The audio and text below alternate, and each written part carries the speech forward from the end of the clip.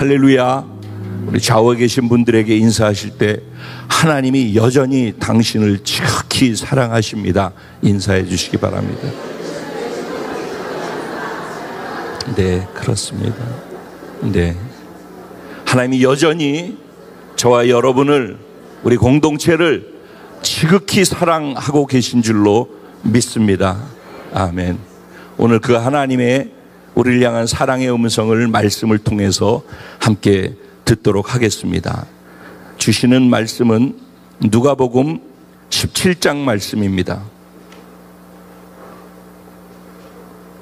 누가복음 17장 20절부터 37절까지 말씀, 제가 한 절 여러분 한 절 함께 교독하신 후에 마지막 37절 말씀은 합독하도록 하겠습니다. 유의해야 될 것은 36절 말씀이 성경에 없음이라고 되어 있습니다. 그러니까 그건 굳이 없음 이럴 필요 없이 그냥 같이 37절로 넘어가면 되겠습니다. 제가 먼저 20절부터 시작하겠습니다. 바리새인들이 하나님의 나라가 어느 때에 임하나이까 묻거늘 예수께서 대답하여 이르시되 하나님의 나라는 볼 수 있게 임하는 것이 아니요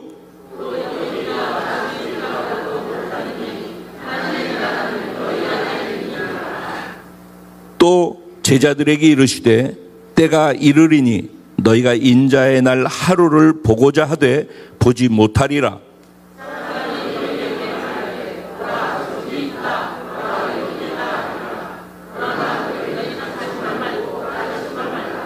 번개가 하늘 아래 이쪽에서 번쩍이어 하늘 아래 저쪽까지 비침같이 인자도 자기 날에 그러하리라.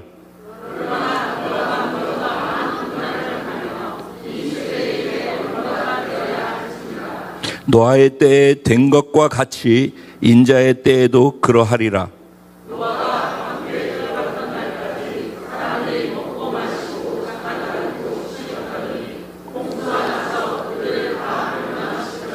또 롯의 때와 같으리니 사람들이 먹고 마시고 사고 팔고 심고 집을 짓더니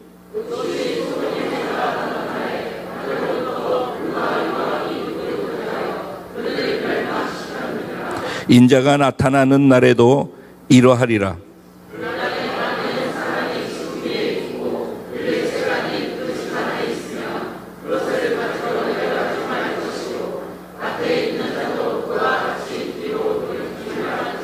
롯의 철을 기억하라.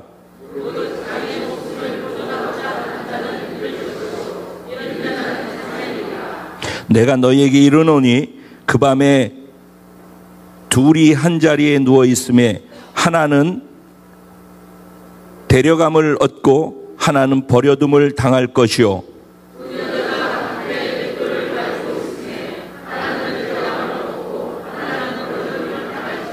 다 같이 그들이 대답하여 이르되 주여 어디 오니까 이르시되 독수리가. 아멘. 오늘 이 본문 말씀 가지고 인자의 날을 준비하는 복된 자 바로 저와 여러분입니다. 이런 제목으로 주시는 은혜를 함께 나누고자 합니다. 영상에서 그 사진 하나 잠깐 보겠습니다. 여러분 지금 무엇이 보이십니까? 네? 토끼가 보입니까? 오리가 보입니까? 네. 나는 토끼다. 난 토끼다. 네. 난 오리가 보인다. 네. 반반 정도 되어지네요. 그럼 한번 실제 모습을 한번 볼까요?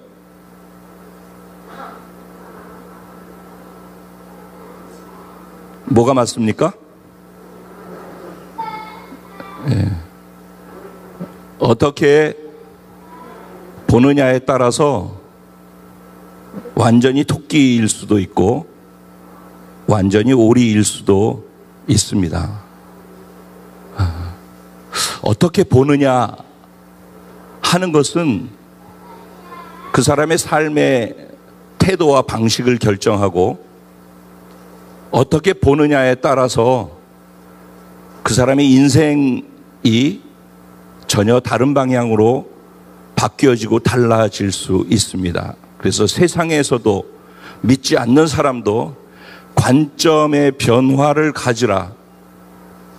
관점이 바뀌면은 너의 삶의 변화가 일어날 수 있다. 이런 수많은 책들이 서점에 가면은 관점에 관련된 책이 널려 있습니다.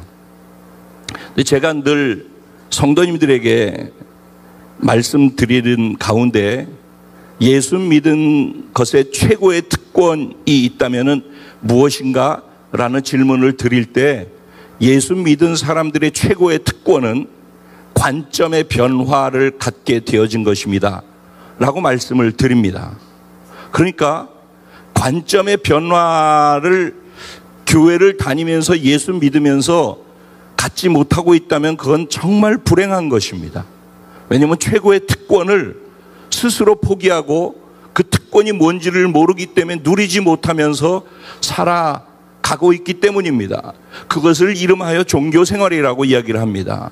기독교는 다시 한번 강조하지만은 종교가 아닙니다. 기독교는 생명입니다. 그러니까 기독교를 종교로 이해하면서 종교생활을 하시는 분들은 그 종교생활을 오늘 이 시간부로 멈추게 되시기를 간절히 소원합니다. 기독교는 종교가 아닙니다. 생명입니다.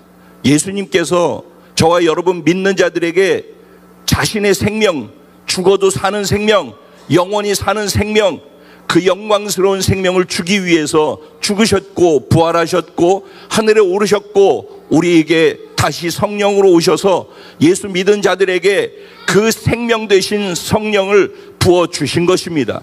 이것을 믿는 자들에게 주시는 구원인 줄로 저는 믿습니다.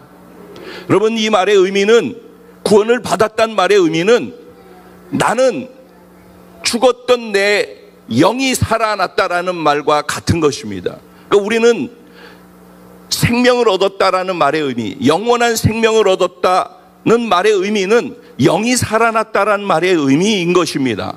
그러니까 구원받았다라는 것을 영의 개념으로 이해하면서 영의 눈이 열려서 보지 아니하면은 똑같은 것을 볼 때 어떤 사람은 토끼로 보는 것이고 어떤 사람은 오리로 보는 것입니다. 오늘 이 시간에도 하나님의 말씀을 들으면서 관점이 바뀌지 않은 가운데에서 말씀을 듣는 분들은 영으로 듣지 아니하고 영의 관점으로 볼 줄 모르고 혼의 관점을 가지고 자기가 알고 경험하고 있던 생각과 지금까지 살아오면서 알고 있는 지식과 이런 것들에 의해서 말씀을 자꾸 받으려고 하면은 자기의 높아져 있는 생각에 의해서 보여지는 것이 오리이고 토끼이고 거기에 목숨을 걸 수 있을 만큼 자신감 있고 담대하게 거기에다가 자기의 그것을 다 줄 수 있는 것입니다.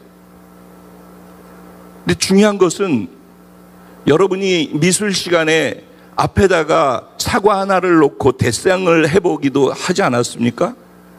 이쪽에서 보고 있는 사람이 그려진 그림과 저쪽에서 보고 있는 사람이 그려진 그림은 전혀 다른 그림이 되어집니다. 왜냐하면 조도가 다 다르기 때문에 그럽니다.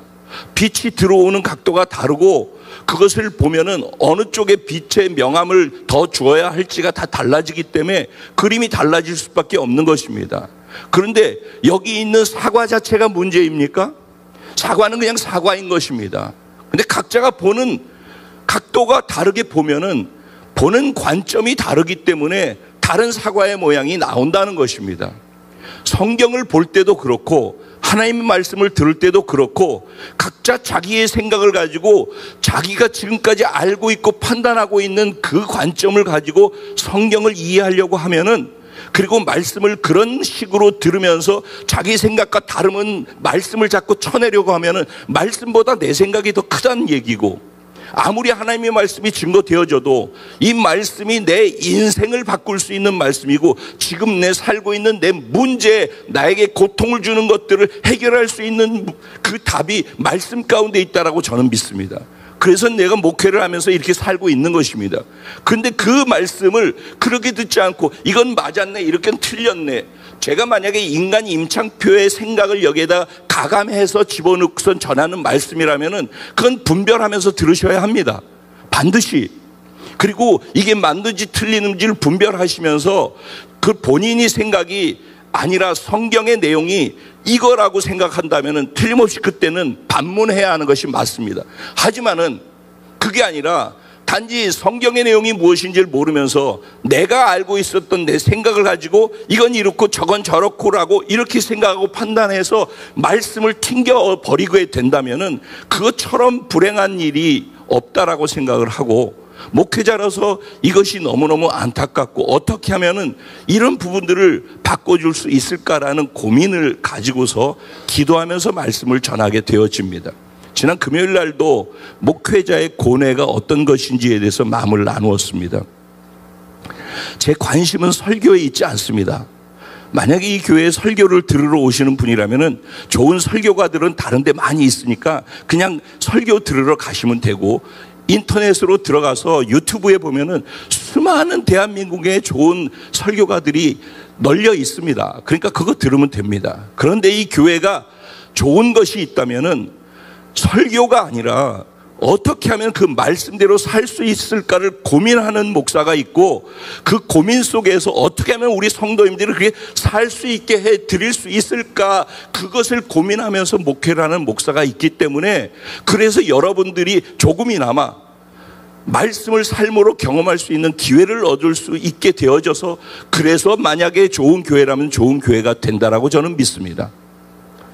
오늘 이 말씀도 가볍게 들을 말씀이 아니기 때문에 제가 이렇게 서두에 이런 말씀을 드리는 것입니다. 개인의 생각을 내려놓고 오늘 그냥 성경을 그대로 받아들이면서 논리적으로 전해지는 하나님의 말씀을 들으면서 정말 그런지 아닌지, 내가 동의해야 되는 건지 아니면 동의할 수 없으면 그렇게 안 해도 돼요.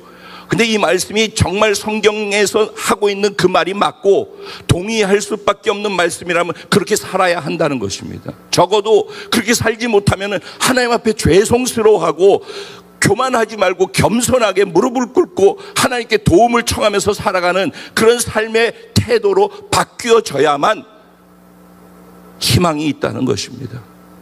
그렇게 되기를 간절히 바라는 마음으로 이 시간 하나님의 말씀을 나눕니다.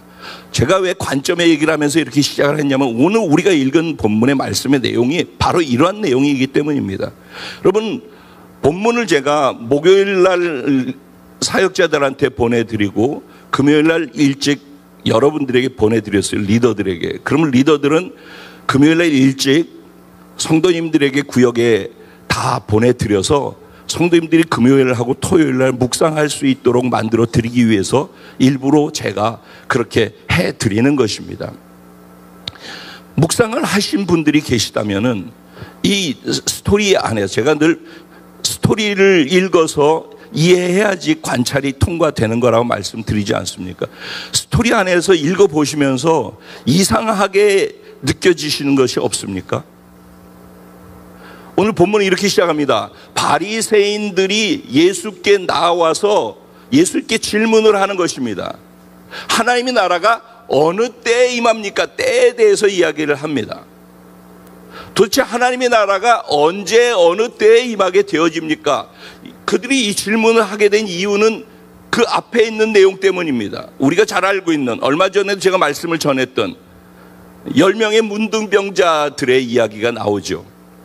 그들이 예수님을 통하여서 그냥 이제 사형 선고 받은 것과 똑같은 나 환자 한센씨 병에 걸려서 밖에서 성 바깥에 쫓겨나서 사람들과 섞일 수도 없고 가족들하고 있지도 못하고 그 가운데 외롭고 고통스러운 삶을 살아야 되는 천형 하늘의 벌을 받은 것이라고 하는 그 병에 걸린 자들이 예수님이 이것을 치료하실 수 있고 나를 바꿔주실 수 있다라는 그것을 믿는 믿음을 가지고 예수님 우리를 불쌍히 여겨주십시오 라고 요청했을 때 예수님께서 그래 제사장들에게 가서 너희 몸을 보여라 라고 그렇게 단편적으로 말씀을 하셨더니 그 말씀을 듣고 10명이 그거를 믿고 제사장들에게 가는 길 가운데 모두가 다 치료를 받은 거예요. 기적이죠.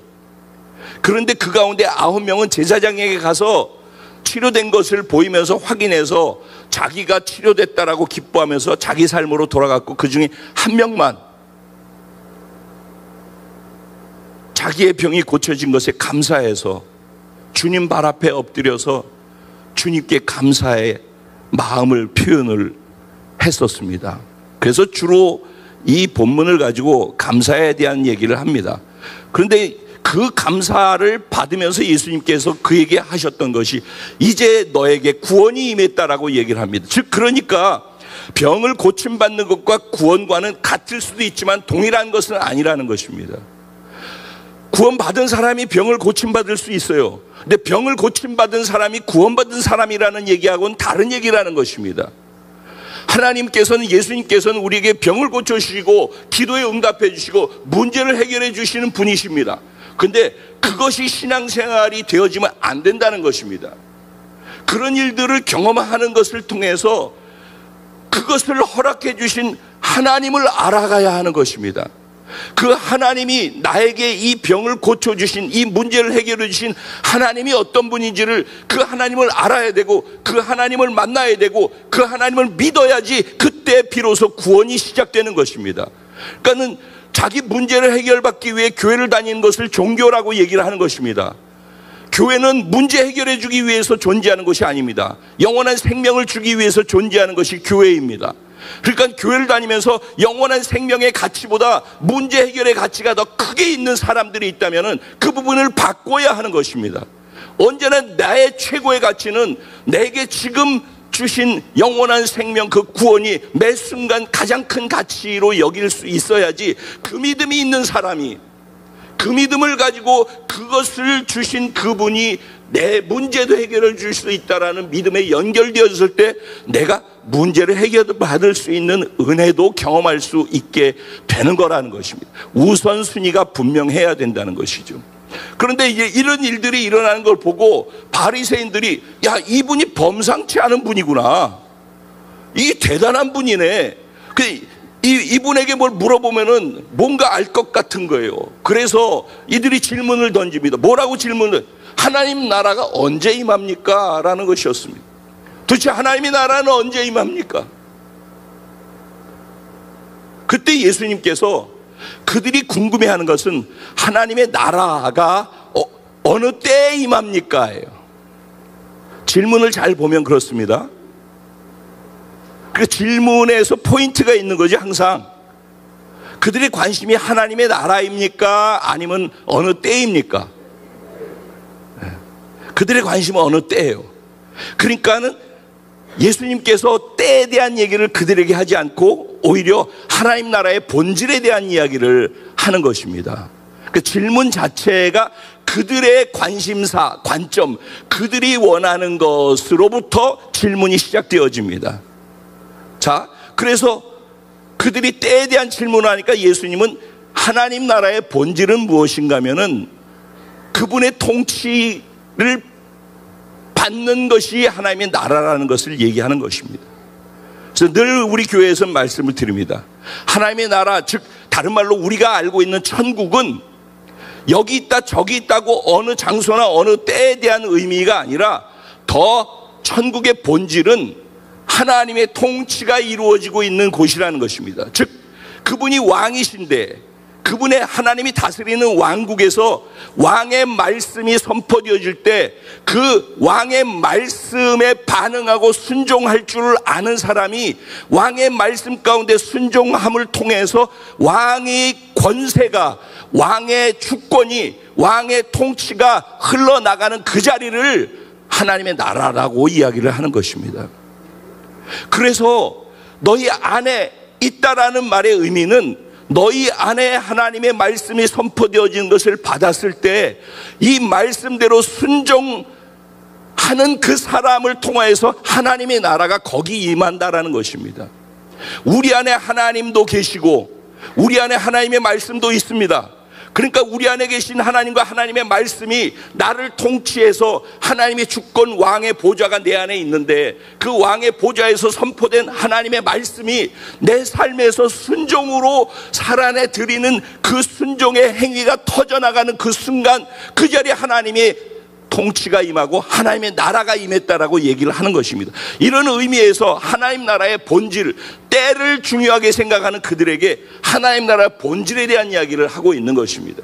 두 번째로 그렇게 얘기를 하고 난 다음에 이어서 22절부터 대상을 바꾸어서 갑자기 이야기를 합니다. 대상이 누구에게로 바뀝니까? 바리새인들, 성경을 너무너무 많이 알고 있고 성경을 연구하는 사람들이 바리새인들입니다. 근데 그 바리새인들이 성경 말씀대로 최대한으로 잘 지키고 있다라고 스스로 생각하고 교만하고 있는 그들에게 너희들이 얼마나 잘못 알고 있는지 아느냐 라고 이야기를 해 주신 것입니다. 그런데 늘 예수님과 함께 다니면서 예수님을 경험하고 예수님을 누구보다도 진짜 더 잘 안다라고 하는 제자들에게 예수님이 이제는 말씀을 전하고 있습니다. 그런데 22절의 시작은 우리 눈에는 성경에 안 보이지만은 원어적으로 보면은 영어로 치자면 and, 그리고라고 시작을 합니다.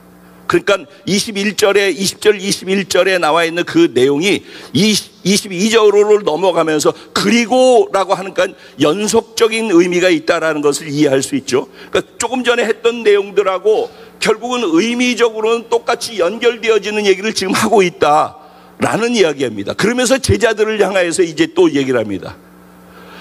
어느 때라고 하면서 바리새인들이 질문했던 때에 대한 것을 제자들에게는 이야기를 하는 것입니다.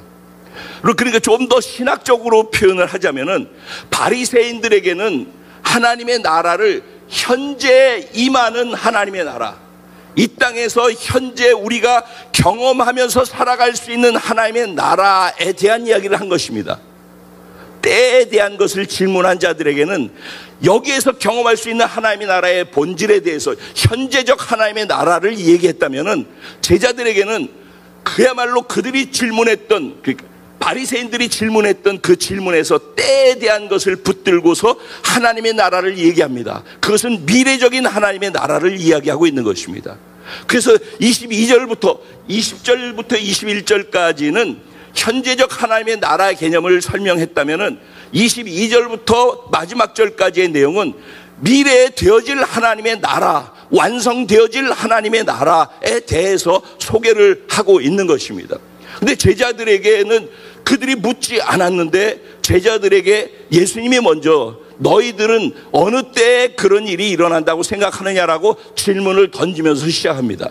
22절 한번 볼까요? 또 제자들에게 이르시되 때가 이르리니 너희가 뭐라고 그래요? 인자의 날 하루를 보고자 하되 보지 못하리라. 제자들도 바리새인들만 문제가 아니라 제자들도 문제라고 예수님은 보셨다는 것입니다. 왜냐하면 바리새인들이 성경을 많이 알고 있는데 많이 알고 있는 것은 그냥 지식이고 성경에서 하나님이 무엇을 얘기하고 싶어 하시는지 하나님이 보시는 관점과는 다르게 성경 공부를 너무 많이 해서 자기가 많이 성경 공부로 알고 있는 것이 오히려 하나님이 우리에게 보여주시고자 하는 것들을 희석시킨다는 것입니다. 그게 무엇인지 본질을 놓치도록 만들었다는 것입니다. 근데 제자들조차도 그렇다는 거예요. 그럼 제자들은 어떤 것들을 생각했을까요? 제자들의 머릿속에는 하나님의 나라가 이 땅에서 임하는 하나님의 나라로 이해를 했습니다. 즉 다른 말로 얘기해서 그 당시 이스라엘 백성들은, 유대인들은 로마의 압제를 받고 있었습니다. 로마의 통치 가운데, 황제의 통치 가운데 살아가고 있었습니다. 그러니까 황제가 말하는 거 법이고 황제가 왕이고 황제가 신이었던 시대였습니다. 그런데 그가 압제를 하고 많이 벌든 고생을 해서 뭔가를 내가 취하더라도 다 세금으로 다 착취해서 갖고 가고 힘들게 하고 고통스럽게 하고 그렇게 하니까 이 로마의 압제로부터 어떻게 하면 벗어나지라는 것이 모두의 소망이었습니다. 그런데 구약 성경에 나와 있는 수많은 예언들이 이렇게 압제로부터 해방시켜줄 메시아로 이해를 했습니다. 구약에서 너희를 구원하러 올 메시아가 있어라고 얘기했던 그 메시아 구원자가 그가 로마의 압제로부터 자신들을 해방시켜줄 구원자로 이해를 했다는 것입니다. 현실 삶의 현장에서 나의 현실의 압제, 나를 지금 누르고 있는 것, 여러분들을 지금 누르고 있는 것, 여러분들을 고통스럽게 하고 절망스럽게 하는 바로 그것을 해결해 주실 분으로 오시는 분이 메시아라고 이해를 했다는 것입니다. 그래서 로마의 압제에서 우리를 건져낼 자가 누구냐? 근데 자기가 보니까 예수님이 그런 분이더라는 겁니다.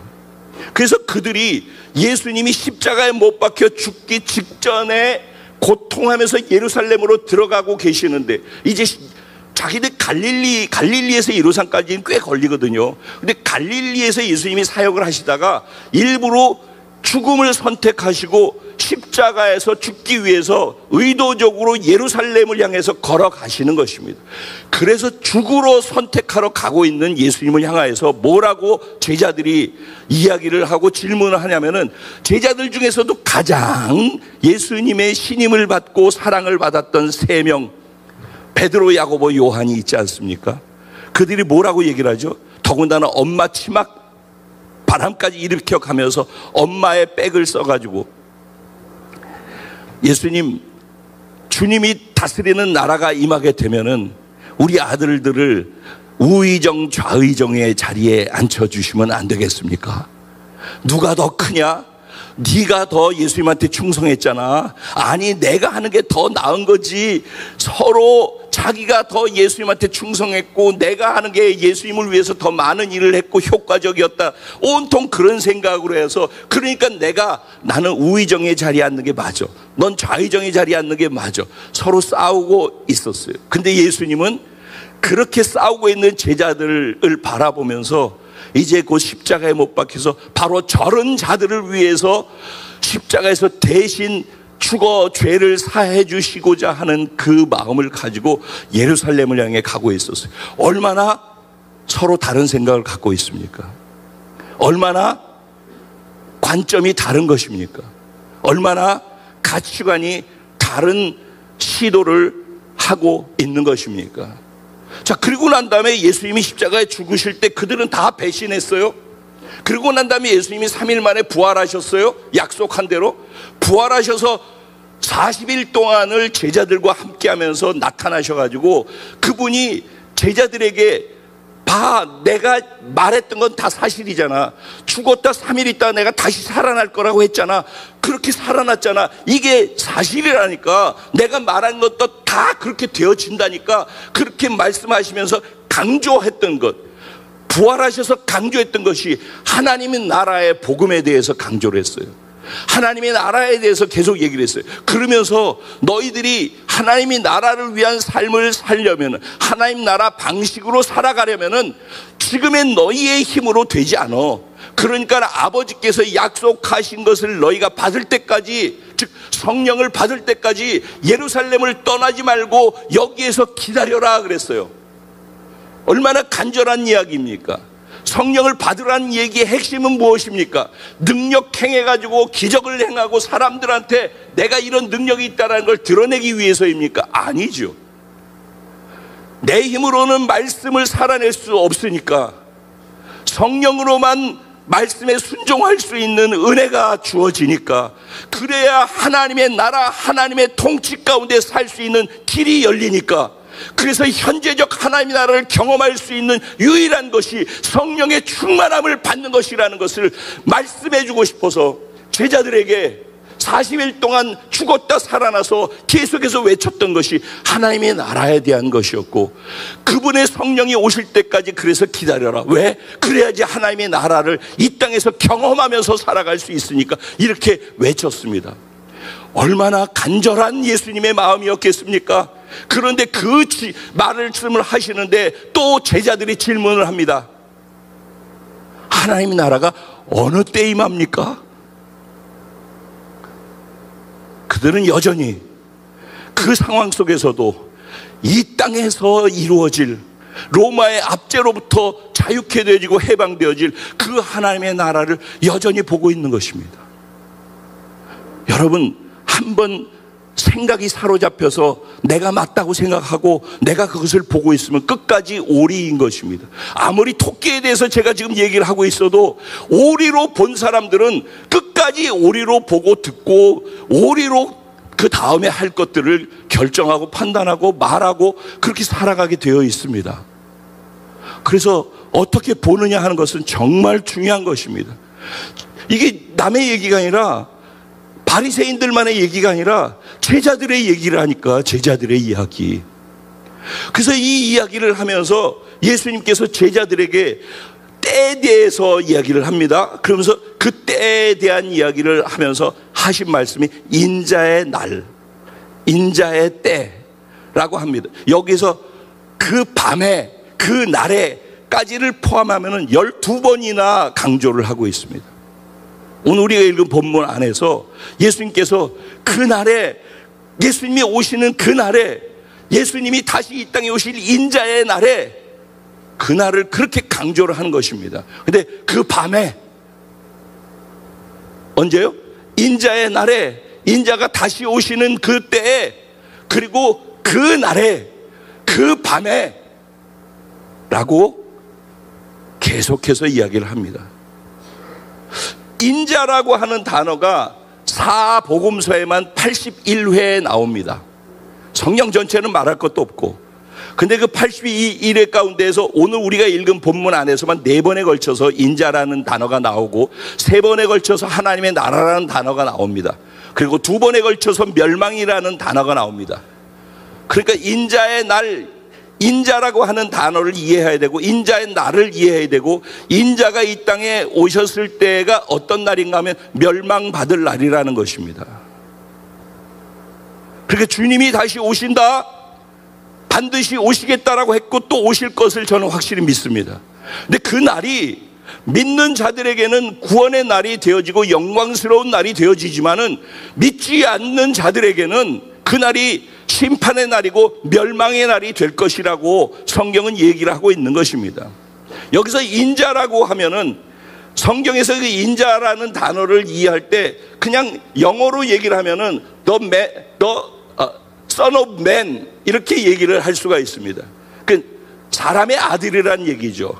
근데 성경에서 얘기하고 있는 인자란 단어는 단지 사람의 아들이라는 것이 아니라 하나님이신데, 완전한 하나님이신데 완전한 사람이 되셨다라는 이 두 가지를 동시적으로 보여주고 이해시키려고 할 때 인자란 단어를 씁니다. 그래서 지금 찾아볼 수 있는지 모르겠는데 다니엘서 7장 13절 14절 지금 찾아볼 수 있을까요? 다니엘서 7장 13절 14절.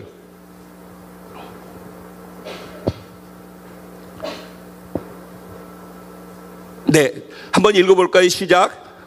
내가 또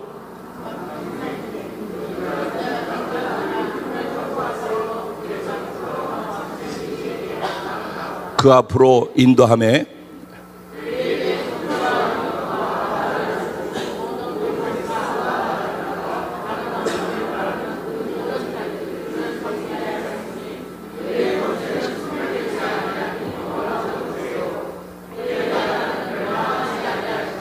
아멘.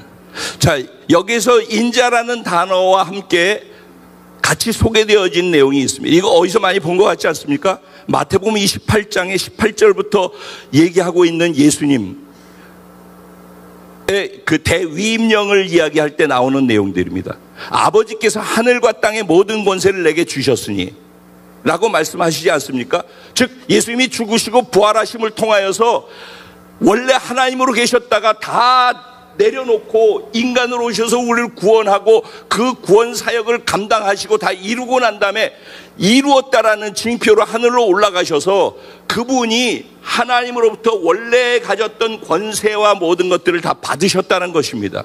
그래서 하늘과 땅을 통치하고 다스릴 수 있는 모든 만왕의 왕의 권세가 예수님께 다시 회복되어져서 돌아왔다는 것입니다. 이게 다니엘서의 7장에 우리가 조금 전에 읽은 이 내용입니다. 그것을 다시 얘기한 게 오늘 17장의 25절 말씀에 보면 뭐라고 되어 있습니까? 25절.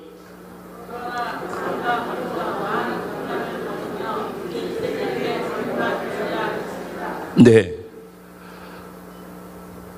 예수님이 하늘과 땅의 모든 권세를 받으시는데 그 받으셔서 만왕의 왕의 자리로 다시 회복되어지기 위해서는 전제가 있다라는 것입니다. 그 전제가 무엇이라고요? 먼저 많은 고난을 받고 이 세대에게 버림바 되어져야 한다는 것입니다. 그래서 예수님이 그렇게 하신 거예요. 예수님이 그래서 고난 받으셨던 것이고 예수님이 그래서 부활하신 것이에요. 그거를 통하여서 만왕의 왕으로서의 권세와 권능을 다 받아서 하늘과 땅 모든 것을 통치하고 다스릴 수 있는 분이 되셨다라는 걸 증명하셨다라는 것입니다. 그러니까 이 일은 이미 끝난 거예요. 그래서 지금 누가 다스리고 계신 거예요? 온 우주를, 온 세상을 예수님이 다스리고 계신 거예요. 그런데 그 예수님께서 이제 인자로서 모든 하늘과 땅의 권세를 가진 자로서 다시 완전하게 다시 돌아올 날이 있다는 거. 그게 언제예요? 인자의 날이라는 것입니다. 그래서 우리가 지금 계속해서 보고 있는 때, 날 뭐 이렇게 얘기하고 있는 12번이나 강조하고 있는 이것은 이런 의미인 것입니다. 주님이 하늘과 땅의 모든 권세를 가지고 이 땅에 다시 오셔서 심판하시고 멸망시킬 것이라는 것입니다. 첫 번째 오신다 하셔서 오셨을 때는 우리를 구원하기 위해 오셨고 우리를 위해서 죽으셨지만은 이제 지금까지 긴 시간 동안에 이 말씀을 듣고 사는 믿는 사람들이라면은 이제는 다시 오실 주님에 대한 믿음도 있어야 되고 그분이 다시 오실 때는 우리를 심판하고 멸망시키기 위해서 오실 거라는 것도 믿어야 하는 것입니다. 하지만은 믿는 사람들에게는, 진짜 믿은 사람들에게는 하나님께서 영광스러운 구원의 날로 우리들을 만들어 주실 것이라고 저는 확실히 믿습니다. 근데 여기에서 이제 그 인자의 날을 다른 것으로 표현을 합니다. 그 인자의 날은 어떤 모습과 같는가? 노아의 때와 같고 롯의 때와 같다라고 얘기를 합니다. 노아의 때도 심판의 때였고 롯의 때도 심판의 때였습니다. 그래서 모두가 다 멸망했더라가 마지막 마무리입니다. 그런데 노아의 때는 홍수로 멸망당했고 롯의 때에는 불과 유황으로 멸망했습니다. 그런데 하나님께서 노아의 때는 다시는 내가 홍수로 물로 멸하지 않겠다라고 사인으로 무지개를 징표로 주셨습니다. 그래서 이제는 물로 우리를 멸망시키지 않으십니다. 이제 우리에게 불로 하나님이 오셔서 멸망시킬 일만 남아 있는 것입니다. 그런데 어떤 사람들이 멸망당하고 어떤 사람들이 구원을 받는가? 멸망을 당하는 수많은 사람 가운데 반드시 구원받는 사람이 그 가운데 있었다는 것입니다. 그 사람들의 특징이 누군가? 노아가 하나님의 은혜를 입은 자였더라. 노아가 당대의 의인이었더라. 노아가 하나님과 동행하였더라. 멸망당한 자의 특징을 똑같이 얘기를 하고 있습니다. 뭐라고 얘기를 하고 있습니까? 홍수가 나기까지, 불과 유황으로 멸망당하기 직전까지 먹고 마시고 시집가고 장가가고 그리고 사고 팔고 심고 집을 짓고 이런 일들을 하고 있었다는 것입니다. 그러면 이렇게 생각을 하게 될 것입니다. 아니 도대체 그럼 먹지 말고 자지도 말고 사지도 말고 팔지도 말고 아무것도 하지 말라는 얘기입니까? 그럼 그렇게 하면은 죽는 겁니까? 그렇게 하면 멸망당하는 겁니까? 라고 생각할 것입니다. 여러분, 노아가 먹지도 않았나요? 자지도 않았나요? 자식들 시집장가 안 보냈나요? 다 똑같이 했습니다. 그런데 똑같이 했음에도 불구하고 그러면은 먹고 자고 팔고 사고 시집가고 장가가고 다 똑같이 했는데 근데 왜 굳이 하나님께서는 왜 동성애를 하고 타락하고 방탕하고 죄짓고 이런 표현을 쓰지 않고 그 당시 그런 때였거든요. 오늘 이 얘기를 더 깊이 하면은 시간이 없기 때문에 어쨌든 그 당시는 네피림을 용사라고 했습니다. 네피림이 살던 때예요. 거인 족속이 힘세고 남들 위에 올라가가지고 강압적일 수 있고, 그래서 힘 있는 자가 취할 수 있는 권력과 모든 것들을 취할 수 있는 것을 부러워하면서 살아가는 시대. 많이 가진 자, 많이 빼앗아서 취하고 있는 자, 그래서 권력을 가진 자, 그것을 부러워하면서 살고 그것을 추구하고 쫓아가면서 살고 있는 그런 시대. 그런 시대에 똑같이 노아도 살고 있었습니다. 그렇게 똑같은 시기에 그것이 필요하다고 생각하고 살고 있는 수많은 모든 대부분의 사람들과 다르게 노아는 하나님의 은혜를 입었고, 노아는 하나님과 동행해서 하나님으로부터 의로운 자라고 인정을 받았다 하는 것입니다. 무엇의 차이일까요? 먹고 마시고 시집가고 장가가고 사고 팔고 심고 집을 짓고, 그건 일반 사람들이야. 왜 근데 이 부분이 멸망의 징조라고 얘기를 했을까요? 왜? 더 심각한 일들이 수없이 있는데. 왜냐하면은 가장 일반적인 평범의 삶 속에서 그 평범의 시간들이 하나님을 바라보고서 살아가는 것이 돼야 된다는 것입니다. 집을 지어도 좋고 먹고 마셔도 좋고 시집 장가 가도 보내도 좋고, 그런데 그 순간 그분을 바라보고 있느냐는 것입니다. 평범의 시간이 그분과 함께 걷고 있는 시간이야 하는 것입니다. 그분과 함께 동행하고 있는 시간이야 하는 것입니다. 이거는 우리가 누가 누구를 판단할 수도 없고 뭐라고 얘기할 게 없습니다. 하나님이 아시는 것이죠. 그래서 37절에 그 내용입니다. 어디에서 그런 일이 있겠습니까? 여전히 또 그렇게 이상한 질문을 합니다. 그런 그들을 향하여서 예수님께서 주신 답변이 뭡니까? 죽음이 있는 곳에는 독수리가 보이느니라. 그러니까 죽은 자들, 즉 그렇게 사는 자들, 먹고 마시고 놀고 취하고 그러면서 하나님은 빠지고 말만 앞에다가 하나님 무늬로 붙여놓고 실제는 그것을 하기 위해서 그냥 다 하고 있으면서 겉과 속이 전혀 다른, 그렇게 사는 것은 죽은 모습과 똑같다는 것입니다. 그렇게 사는 자들에게는 죽음이 그것을 향해 가서 그들이 죽어 있는 상태이기 때문에 신앙이 죽은 신앙이 있고 산 신앙이 있고 산 지식이 있고 죽은 지식이 있다는 것입니다. 근데 죽은 것이 있는 곳에는 결국은 죽음이 있는 곳에 독수리가 모인다는 것입니다. 지금 이 얘기는 무슨 얘기냐? 하나님께서 인자의 날이 되면 분류 작업을 하시겠다는 것입니다. 알곡과 가라지를 분류하겠다는 거예요. 양과 염소를 분류하겠다는 것입니다. 그래서 동일한 시간에 마치 번개가 번쩍 칠 때 전 세계에서 어느 장소에 있든지 그것을 다 볼 수 있듯이 주님이 순식간에 번개가 임하듯이 하루 동안에 일어나는 일이 아니라 한순간에 번개가 번쩍하는 것처럼 한순간에 그 일이 일어난다는 것입니다. 우리는 어떤 장소에서 어떤 하루 동안에 어떻게 벌어질 일로 생각하는데 그게 아니라는 것입니다. 한순간 번개 치듯이 한순간 그 일이 일어난다는 것입니다. 그래서 같이 잠을 자고 있는 사람들이 둘이 있었는데 그 중에 한 사람은 그분이 불러 올라가가지고 그냥 휴거돼서 올라가고, 한 사람은 같이 자고 있다가 한 사람은 그냥 있다는 것입니다. 한 사람은 맷돌을 갈고 일을 하고 있다가 두 사람이 같이 있다. 한 사람은 일을 계속하고 있는데 한 사람은 사라져서 그분이 불러서 올라간다는 것입니다. 이게 뭐냐면 지구가 동시에 해가 있고 없고가 동시적이지 않습니까? 그러니까 낮과 밤을 동시적으로 얘기하고 있는 것입니다. 한순간에 한쪽에선 낮일 것이고 한쪽에선 밤이 될 터인데 그때 동시적으로 한순간에 그 일이 일어난다는 것입니다. 주님이 한순간에 번개치듯이 나팔을 울릴 때 데려갈 사람들은 순식간에 데려 올라갈 것이고 남아있는 사람들은 그냥 졸지에 그 자리에 있는 것입니다.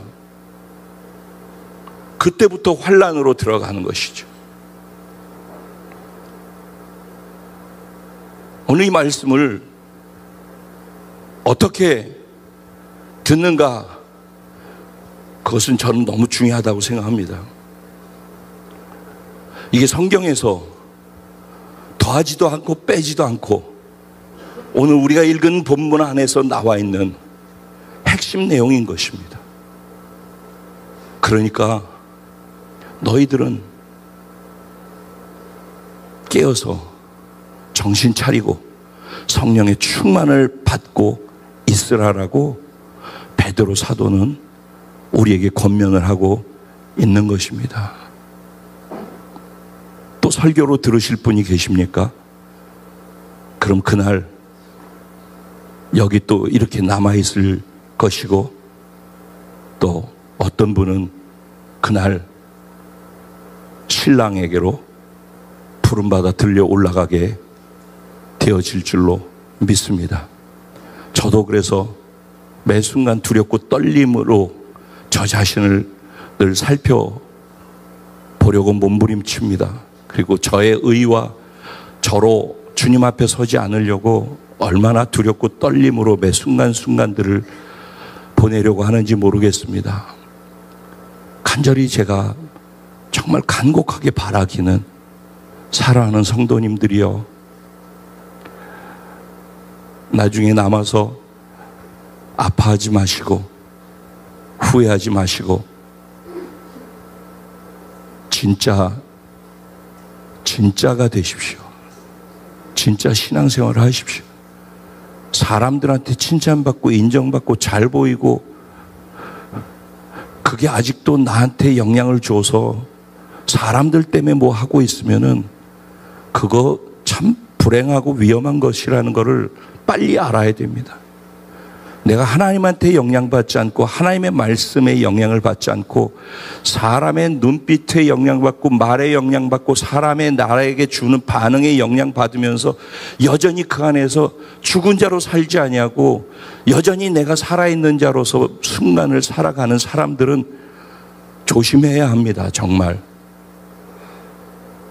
그래서 자기 생명을 보존하고자 하는 자는 그 생명을 잃어버릴 것이고, 잃고자 하는 자는 내가 살리리라. 우리는 죽었다라고 하고 시작하는 게 우리의 구원입니다. 그래서 존재적으로 변화된 것은 죽었음을 믿기 때문입니다. 그러면 죽은 자답게 죽은 자로 살아야 되는데 여전히 산 자로 내가 인정받고 내가 뭐 사람들한테 그렇게 하면은 굉장히 위험합니다. 그래서 지난 금요일 날 말씀도 겉으로 바꿔가려고 하고 겉으로 보여지는 것 같고 사람들한테 평가받는 것으로 신앙생활을 하는 것을 멈추기를 원하는 것입니다. 아무도 모르는 내 안에 있는 나, 진짜 나 말입니다. 근데 자기만 모르지 다른 사람들이 다 보고 있어요, 그거를. 근데 함부로 건드려 주질 못한다는 얘기입니다. 하나님께서 오늘 이 시간, 오늘부터, 아니 더 정확하게 금요일 날부터 우리 자신을 좀 더 깊이 볼 수 있는 시간으로 우리에게 공동체에 도전하고 계시다라고 믿습니다. 정말 저도 간곡하게 바라면서 기도하고 있습니다. 하나님, 지금 선포되어진 이 말씀들이 성도님들에게 양약이 되게 하여 주시옵소서. 같이 기도하죠. 하나님, 오늘 우리가 읽은 본문 속에 인자의 날이 되었을 때 지붕 위에 있다가 아래 세간을 가지러 내려가지 말고 밭으로 가지 말라고 그렇게 경고하는 예수님의 말씀을 또 우리가 봅니다. 지붕 위라고 하면 우리로 치면 옥상을 얘기하는 것입니다. 옥상에 있다가 갑자기 그날이 되어진 것을 알고 밑에 세간들이 있는 것, 중요한 것, 금은 보석, 다이아몬드 캐럿, 저 집안에 나만 아는 곳에 숨겨놨던 것, 아니면 금덩어리 돈 뭉치 그거 들고선 내가 하나님께로 가겠다라고 그거 찾으러 가지 말라는 것입니다. 내가 가치 있게 여기는 것, 그것을 가지러 그 순간에 하나님이 마지막 때를 향하여서 우리를 이끌어 가시는 그때 이 세상 것을 향하여서 움직이는 걸 멈추라고 경고하고 계십니다. 그러면서 롯의 철을 기억하라고 말씀하십니다. 마지막 순간에 롯의 가족들은 다 구원받아서 그 멸망의 도시에서 소돔과 고모라에서 빠져나오는데 롯의 처는 소돔과 고모라 안에 두었던 내가 가지고 중요하게 소중하게 여기면서 쌓아놓았던 것들이 미련이 남아서 뒤를 돌아보는 순간에 소금 기둥이 돼서 죽고 말았습니다. 롯의 처를 기억하라. 하나님 진짜 진지하게 나의 가치가 어디에 있는지 볼 수 있는 시간 되게 해주십시오. 먹고 마시고 하지 말라는 얘기가 아니라 먹고 마시는 이유가 너희는 가서 모든 족속으로 제자를 삼으라고 했는데 먹고 마시고 시집가고 장가가고 사고 파는 이유가 내가 영혼들에게 가서 제자를 삼기 위해서 수단으로서 그것을 쓰기 위해서 이 땅에 사는 동안 그거 하기 위해서 필요해서 하는 것이 되지 않겠습니까? 주부가 바뀌어 있다면은 생각을 정리해야 하는 것입니다. 여전히 꼭 그렇게 해서 지금처럼 계속 살려면은 그렇게 살아야죠. 그렇게 살면은 망하는 길이라고 저는 확신합니다. 감히 간곡하게 부탁을 드립니다. 오늘 이 시간 자신을 정말 볼 수 있기를 바라고 하나님 앞에 자신을 들고 기도하면서 잠시라도 이 시간을 하나님께 올려드렸으면 좋겠습니다. 우리 주님의 이름을 한번 부르고 기도하며 나갑니다. 기도드리겠습니다. 주여